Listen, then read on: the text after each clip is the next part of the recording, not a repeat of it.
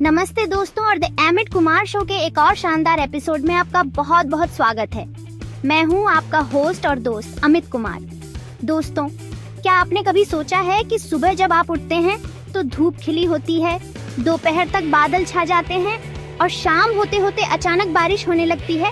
ये मौसम इतनी जल्दी और इतने तरीकों से कैसे बदल जाता है? कभी गर्मी, कभी सर्दी, कभी बरसात। इसके पीछे की साइंस क्या है? क्या ये सिर्फ एक रैंडम प्रक्रिया है या इसके पीछे कुछ ठोस वैज्ञानिक कारण है? आज के इस एपिसोड में हम इसी रहस्य से पर्दा उठाएंगे।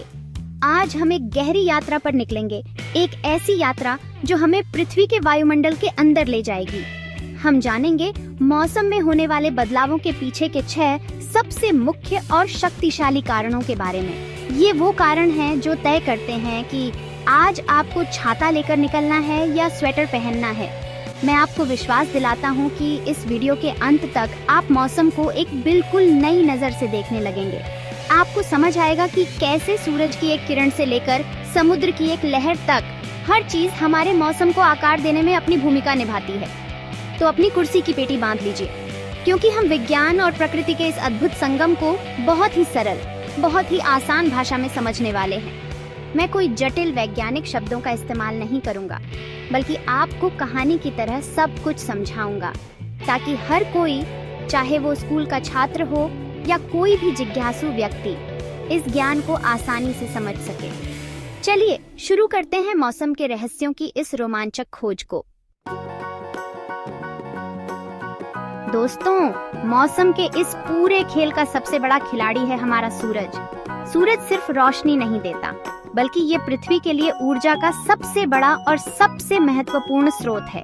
कल्पना कीजिए कि सूरज एक बहुत बड़ा हीटर है और पृथ्वी उससे करोड़ों किलोमीटर दूर है, फिर भी उसकी गर्मी हम तक पहुंचती है। इस ऊर्जा को हम सौर ऊर्जा या सोलर एनर्जी कहते हैं। जब सूरज की किरणें पृथ्वी पर पड़ती हैं, तो वे हमारी जमीन, पानी और हवा को गर्म करती हैं। यही गर्मी तापमान को जन्म देती है। लेकिन मजेदार बात यह है कि यह गर्मी पूरी पृथ्वी पर एक समान नहीं फैलती। पृथ्वी गोल है, इसलिए जो हिस्से सीधे सूरज के सामने होते हैं, जैसे भूमध्य रेखा के पास के इलाके, वहाँ किरणें सीधी पड़ती हैं और ज्यादा गर्मी पैदा होती है। वहीं जो हिस्से ध्रुवों के पास हैं, वहाँ सूरज की किरणें तिरछी पड़ती हैं, जिससे वहाँ कम गर्मी पहुँचती है और वो इलाके ठंडे रहते हैं। तापमान का यही अंतर, यानी कहीं ज्यादा गर्मी और कहीं कम गर्मी, मौसम में बदलाव की पहली और सबसे बुनियादी नींव रखता है। इसी तापमान के अंतर से हवा में हलचल शुरू होती है, जो हमें अगले पॉइंट पर ले जाती है। अब जब हमने जान लिया कि सूरज पृथ्वी को अलग अलग जगहों पर अलग अलग तरह से गर्म करता है, तो चलिए समझते हैं कि इसका हवा पर क्या असर होता है। दोस्तों, विज्ञान का एक बहुत ही सरल नियम है। जब भी कोई चीज गर्म होती है तो वो फैलती है और हल्की हो जाती है। हवा के साथ भी बिल्कुल यही होता है। जब किसी जगह की हवा सूरज की गर्मी से गर्म होती है, तो वो हल्की होकर ऊपर की ओर उठने लगती है। जब हवा ऊपर उठ जाती है, तो उस जगह पर हवा का दबाव, जिसे हम एयर प्रेशर कहते हैं, कम हो जाता है। इसे लो प्रेशर एरिया कहते हैं। इसके ठीक उल्टा ठंडी जगहों पर हवा भारी होती है और नीचे की ओर बैठती है। इससे वहां हवा का दबाव बढ़ जाता है, जिसे हम हाई प्रेशर एरिया कहते हैं। अब प्रकृति का एक और नियम है, हर चीज हमेशा ज्यादा से कम की ओर बहती है। ठीक वैसे ही हवा भी हमेशा हाई प्रेशर वाले इलाके से लो प्रेशर वाले इलाके की ओर तेजी से बहती है। हवा की इसी गति को हम पवन या हवा चलना कहते हैं। यही हवाएं अपने साथ नमी, गर्मी या ठंडक लेकर एक जगह से दूसरी जगह जाती हैं और मौसम में अचानक बदलाव लाती हैं। दोस्तों, मौसम की कहानी पानी के बिना अधूरी है। पानी, जो हमारे महासागरों, नदियों, झीलों में मौजूद है, मौसम को बनाने में एक जादुई भूमिका निभाता है। इस पूरी प्रक्रिया को हम जल चक्र या वाटर साइकिल कहते हैं। इसकी शुरुआत भी सूरज की गर्मी से होती है। जब सूरज की गर्मी समुद्र या किसी भी जल स्रोत पर पड़ती है, तो पानी गर्म होकर भाप में बदल जाता है। इस प्रक्रिया को वाष्पीकरण कहते हैं। यह हल्की भाप, जो असल में पानी का गैसीय रूप है, ऊपर आसमान में उठती है। जैसे जैसे यह भाप ऊपर उठती है, यह ठंडी होने लगती है। ठंडी होकर यह भाप फिर से पानी की नन्ही नन्ही बूंदों या बर्फ के क्रिस्टल में बदल जाती है। इस प्रक्रिया को संघनन कहते हैं। जब ऐसी करोड़ों बूंदें एक साथ इकट्ठा हो जाती हैं तो वे बादल का रूप ले लेती है, और जब इन बादलों में पानी की मात्रा बहुत ज्यादा हो जाती है और वे इसे और संभाल नहीं पाते तो यह पानी बारिश, बर्फ या ओलों के रूप में वापस जमीन पर गिरता है। इसी जल चक्र की वजह से हमें बारिश मिलती है, नमी महसूस होती है और कभी कभी भयंकर तूफान भी आते हैं। अब तक हमने जो भी कारण समझे वे रोजाना के मौसम के बदलावों से जुड़े थे, लेकिन क्या आपने सोचा है कि सर्दियां, गर्मियां और बरसात जैसी ऋतुएं क्यों आती हैं? इसका जवाब हमारी पृथ्वी की गति और उसके झुकाव में छिपा है। हमारी पृथ्वी दो तरह से घूमती है। पहली, वो अपनी ही धुरी पर घूमती है, जिसे हम घूर्णन कहते हैं। इस एक चक्कर को पूरा करने में लगभग 24 घंटे लगते हैं और इसी वजह से दिन और रात होते हैं। ये तो बहुत सीधा साधा है, लेकिन असली जादू पृथ्वी के झुकाव में है। हमारी पृथ्वी अपनी धुरी पर सीधी नहीं है, बल्कि लगभग 23.5 डिग्री झुकी हुई है।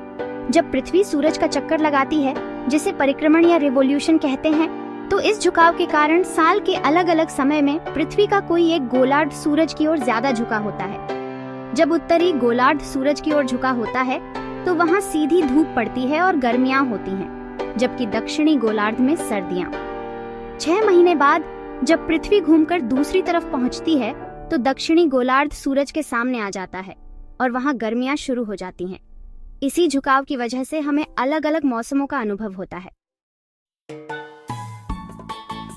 दोस्तों, हमारी पृथ्वी का लगभग 71% हिस्सा पानी से ढका है और ये विशाल महासागर सिर्फ पानी के भंडार नहीं है, बल्कि ये दुनिया के सबसे बड़े मौसम नियंत्रक हैं। महासागर सूरज की बहुत बड़ी मात्रा में गर्मी सोख लेते हैं और फिर इसे धीरे धीरे छोड़ते हैं, जिससे तटीय इलाकों का तापमान संतुलित रहता है।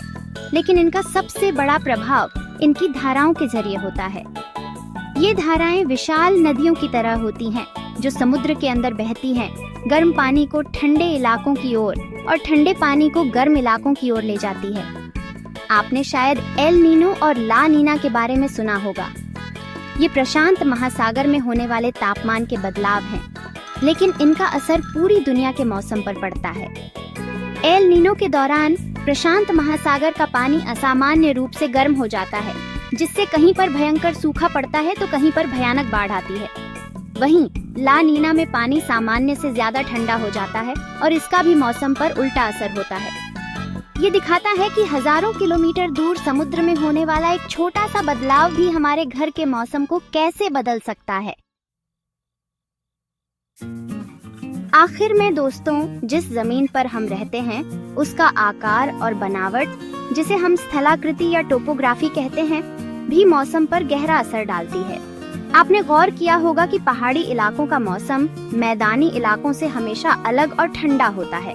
ऐसा इसलिए होता है क्योंकि जैसे जैसे हम ऊंचाई पर जाते हैं, हवा पतली और ठंडी होती जाती है। यही वजह है कि गर्मियों में भी शिमला और मनाली जैसे हिल स्टेशनों पर मौसम सुहावना रहता है। पहाड़ हवा के रास्ते में एक दीवार की तरह भी काम करते हैं। जब नमी से भरी हवाएं पहाड़ों से टकराती हैं, तो उन्हें ऊपर उठने के लिए मजबूर होना पड़ता है। ऊपर जाकर ये हवाएं ठंडी होती हैं और अपनी सारी नमी बारिश के रूप में पहाड़ के एक तरफ गिरा देती हैं। इसे विंडवर्ड साइड कहते हैं। पहाड़ की दूसरी तरफ, जिसे लीवार्ड साइड कहते हैं, सूखी हवा पहुंचती है, जिससे वहां बहुत कम बारिश होती है और वो इलाका सूखा रह जाता है, जिसे हम रेन शैडो एरिया कहते हैं। इसी तरह समुद्र के पास के इलाकों में नमी ज्यादा होती है और तापमान में ज्यादा उतार चढ़ाव नहीं होता, जबकि समुद्र से दूर अंदरूनी इलाकों में मौसम ज्यादा चरम होता है, यानी गर्मियां बहुत गर्म और सर्दियां बहुत ठंडी। तो दोस्तों, यह थी हमारी यात्रा मौसम के बदलावों के पीछे छिपे विज्ञान को समझने की। हमने देखा कि कैसे सूरज की ऊर्जा, हवा का दबाव, जल चक्र, पृथ्वी का झुकाव, महासागरों की शक्ति और हमारी जमीन की बनावट, ये सब मिलकर एक जटिल लेकिन अद्भुत सिस्टम बनाते हैं जो हमारे रोजमर्रा के मौसम को नियंत्रित करता है। यह सब कुछ एक दूसरे से इतनी गहराई से जुड़ा हुआ है कि एक में बदलाव का असर दूसरे पर पड़ता है। प्रकृति की यह कारीगरी सच में हैरान कर देने वाली है। मुझे उम्मीद है कि आज आपको कुछ नया और दिलचस्प सीखने को मिला होगा। इस वीडियो को बनाने में बहुत मेहनत और रिसर्च लगी है और आपका एक छोटा सा जेस्चर हमें बहुत मोटिवेट करता है। तो अगर आपको ये वीडियो पसंद आया हो, अगर आपको लगा हो कि आपका ज्ञान बढ़ा है, तो प्लीज इस वीडियो को एक लाइक जरूर दीजिएगा। और अगर आप भविष्य में भी ऐसे ही ज्ञानवर्धक और रहस्यमयी विषयों पर वीडियो देखना चाहते हैं तो दी अमित कुमार शो चैनल को सब्सक्राइब करना बिल्कुल मत भूलिएगा और वो जो घंटी वाला आइकॉन है उसे भी दबा दें ताकि आपको हमारे नए वीडियो की सूचना तुरंत मिल जाए। जाने से पहले मैं आपसे एक सवाल पूछना चाहता हूँ। इन 6 कारणों में से आपको कौन सा कारण सबसे ज्यादा रोचक और आश्चर्यजनक लगा? क्या वो पृथ्वी का झुकाव था जिसने ऋतुओं को बनाया, या फिर महासागरों का एल नीनो वाला प्रभाव? नीचे कमेंट सेक्शन में मुझे जरूर बताइएगा। आपके कमेंट्स पढ़ना मुझे बहुत अच्छा लगता है। अपना कीमती समय देने के लिए आप सभी का बहुत बहुत धन्यवाद। मिलते हैं अगले एपिसोड में एक नए रहस्य के साथ। तब तक सीखते रहिए और जिज्ञासु बने रहिए। जय हिंद।